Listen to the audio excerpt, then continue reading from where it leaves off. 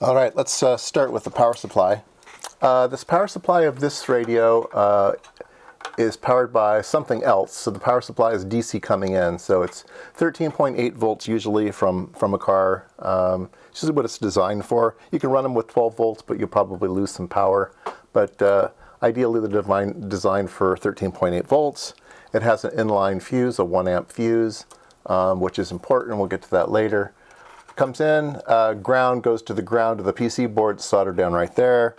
And then the plus side goes to a switch in the front, has a little click switch, and then comes back and goes down into the 12 volts in, or we'll call it 12 volts in.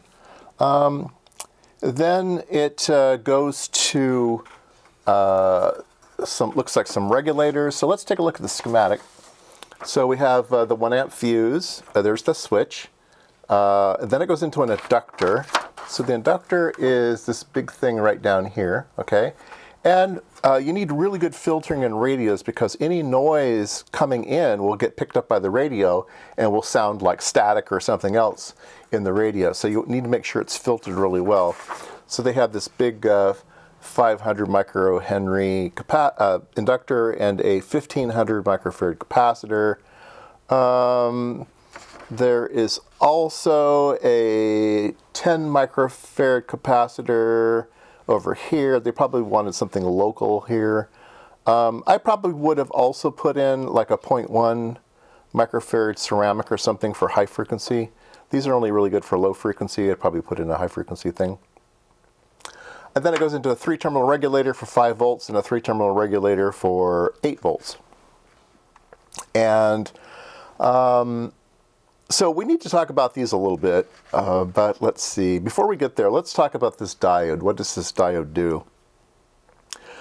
It's in backwards, so nothing will ever go through that diode. It's there for reverse voltage protection. So if you put in the input here backwards, you would have negative 13.8 volts coming through, and that would go through this capacitor and get shorted to ground. Because it gets shorted to ground, that's a lot of current, and then it will pop your fuse. So that's why you never replace your fuse with a piece of aluminum foil or something. It's in there for a reason, and this diode's in there for reverse bias protection. It's there to trip this fuse. These go together, okay? These work in tandem to make things work. All right, let's see here. Should we talk about 3-terminal regulators? So if you look at the data sheets of 3-terminal regulators, a lot of times they'll say you have maybe a larger capacitance on the input and then a smaller capacitance on the output. And that's to allow the 5-volt regulator to get rid of common mode noise and other types of things. Following a 3-terminal regulator with a large capacitor, these are 10 microfarad capacitors, I don't think is best practice. You can comment below, but I'm not quite sure if this is quite appropriate. Now, if there's a long run out to something and you need a bulk capacitor out there, I think that's okay. But having it right next to the 3-terminal regulator, I don't think is best practice. So yeah, let me know. The other thing that a lot of people will say is that you need a diode across the 3-terminal regulator for protection. Let me draw a picture of that. So here's the 3-terminal regulator, in, out, and ground. Okay, and sometimes you will see a diode placed across the regulator like this for protection. It's to protect it from transients on startup and stuff. Any negative voltage will blow these things up. Now, this is an interesting thing. You see it a lot in data sheets, but you rarely see it actually in the wild. I have never done that. Now, is it best practice to do it? Maybe.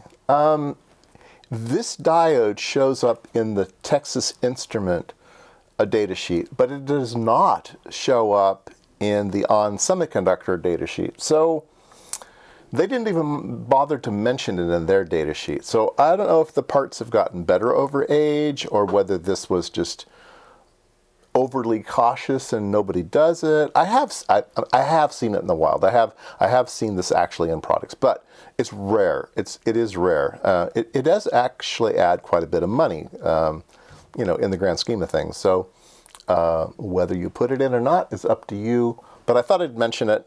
Like I said, I've never used them, but maybe you should. Maybe you shouldn't. Check your data sheet and see what you think. All right, so I think we see this is very, very simple, just DC coming in and DC going out. We also have 12 volts coming out. So the radio is going to use 3 different voltages from this. It's going to use the raw voltage, which they're going to call the 12 volt source here. That's going to go out to things like the final amplifier. It's going to use a 5 volt source that will be used on some TTL logic and stuff that's in there. And then it has an 8 volt source, which is very, very common inside radios. And this 8 volt source will be used in the receive section, preamplifiers, things like that. This is going to be a clean source, all right? You don't want to be using this source. It's going to be really dirty because the power amplifier is going to be using it and stuff. So you use a nice clean source. So that's why there's 3 in the radio. Okay, now let's take a look at the implementation.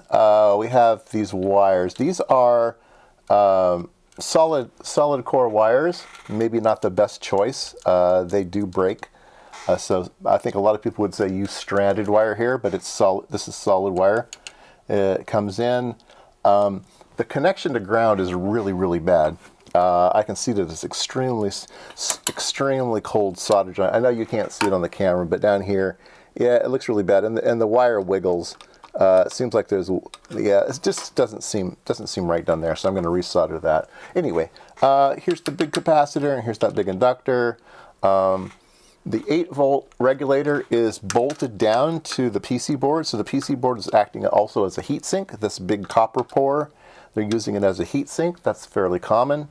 You need to do the calculation of how much heat you're going to be dissipating with this 8 volt regulator and see if that's appropriate or not.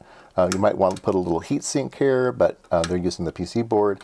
And then they decided that the 5 volt regulator can just be no external heat sink at all. It's just standing up over here, and it's really only used to power a couple of things. So not much power is going through that guy, and it is a TO220, so it can dissipate a lot of power on its own.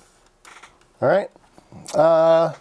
So I think I will resolder that connection there. Otherwise, we'll move on to the other parts of the radio. All right, I thought I'd mention I soldered that ground wire, and it turns out this black wire, which seems like it's solid core, is actually stranded, but it's like 3 or 4 strands. And it's super, super stiff. It almost feels like a steel wire instead of copper wire. I mean, it's just awful stuff. And it took a lot of flux to even. I pulled the wire out of the PC board, and it had never taken any solder at all. That wire had never seen solder. Solder was around it, but it had never seen it. And so it took a lot of flux and a lot of heat to get even the wire tinned. Once I got the wire tinned, then I could put it back down on the board, and I have a really good connection now. But wow, yeah, that was a disaster.